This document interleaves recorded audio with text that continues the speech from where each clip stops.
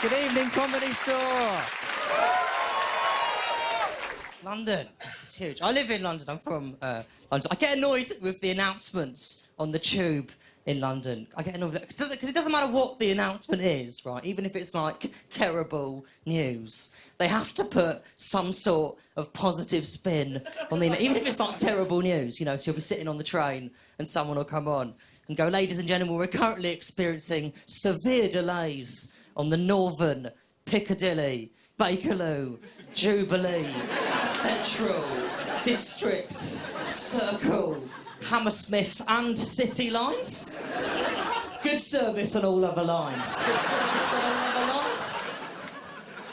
But I didn't enjoy school, I should tell you that. I didn't enjoy school. I had the worst thing, right, that you could have at school if you're a boy, right, and that's a fit mum. Well, apparently I've got a fit mum, London. My mum is what you'd refer to as a MILF, which is not fun at school if you've got a fit mum, you know. People shout things the whole time if you've got a fit mum at school. They shout things like, "Tom, mate, your mum's fucking fit." I used to say, "Thank you, Mr. Henderson."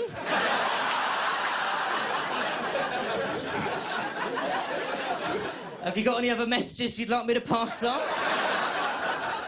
So I'd quite like to crack on with this A-level exam, if that's all right with you. I used to like it at school when teachers would, like, try and be funny, and it would backfire.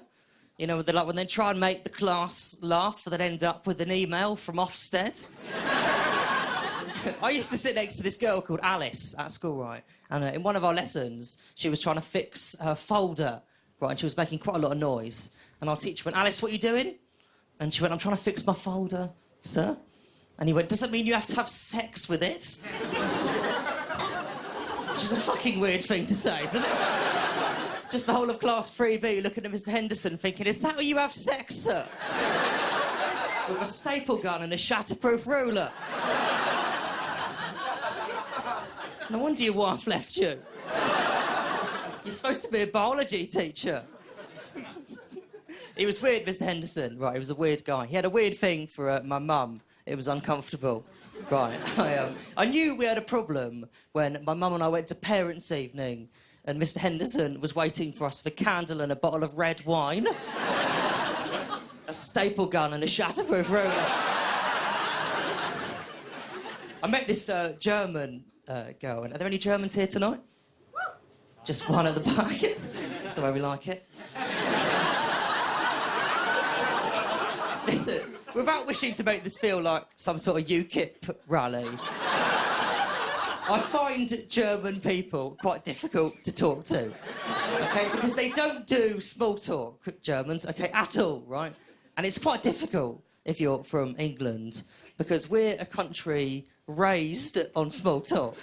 You know, I've got people who I consider to be close friends who I've only ever had small talk with. And they don't do that shit in Germany, OK, at all. So I was talking to this German girl, right, and like 30 seconds into the conversation, she said this, right? She goes, "What is your biggest fear?" That's what she said, right? Now, if my own mother asked me that question, I'd panic and start researching retirement homes. OK, let alone a stranger in a bar. And she said, "My biggest fear is that nothing is real and that everything we're experiencing is a figment of our imagination.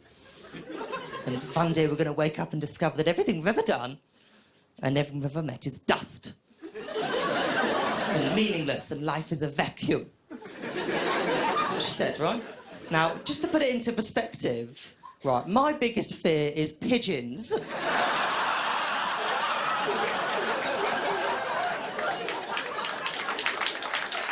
Ladies and gentlemen, thank you very much for having me. My name's Tom Lucy. Thank you very much. Thank you. Thank you very much.